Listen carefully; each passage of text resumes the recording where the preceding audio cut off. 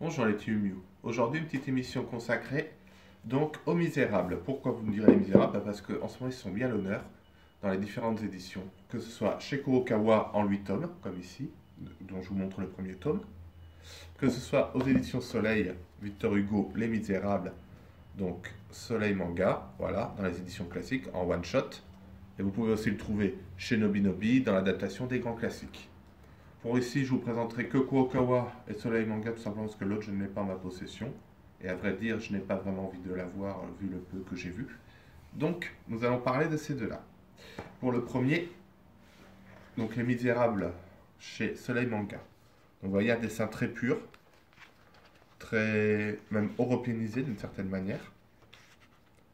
C'est un peu déconcerté pour un manga avec un sens de lecture en français, mais c'est assez agréable. De toute façon, l'édition classique, comme j'en ai déjà parlé dans une précédente vidéo, est une bonne édition. Hein.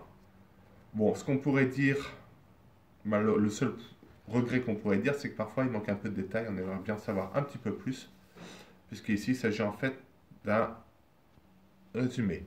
Résumé ne veut pas dire incomplet, veut juste dire que on ne s'attarde pas sur les détails. C'est-à-dire qu'on trouve bien tous les personnages, que ce soit Cosette, que ce soit Jean Valjean, que ce soit Javert, que ce soit Marius. On retrouve bien tous les événements, avec les morts des personnages, avec le passage chez les Thénardier, avec le passage avec la Révolution.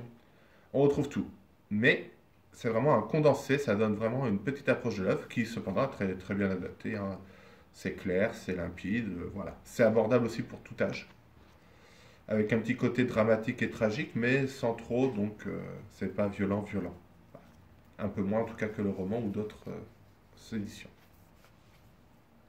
Maintenant, passons à l'édition Kurokawa. Donc, qui déjà se décline en 8 tomes, donc ces 8 tomes dit forcément plus de détails. Le nombre de pages est aussi plus conséquent. Vous voyez que le graphisme n'est pas du tout le même, hein. C'est du graphisme seinen très soigné, hein, typiquement manga.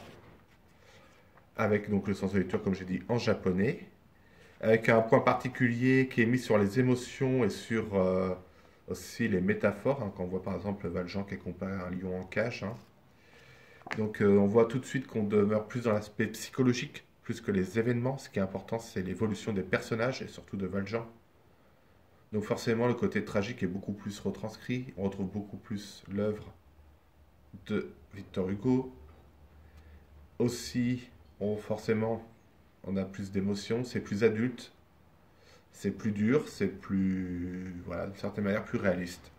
Je préfère largement cette édition, tout simplement, non pas que l'autre soit mauvaise, tout simplement parce que là, nous avons bien tous les détails, toute l'histoire qui est vraiment fidèlement retranscrite, et surtout la part de psychologique et d'émotion qui est très forte et très importante. Voilà pourquoi, si vous voulez découvrir Les Misérables, je vous recommande cette adaptation chez Kurokawa. Ciao les petits mignons.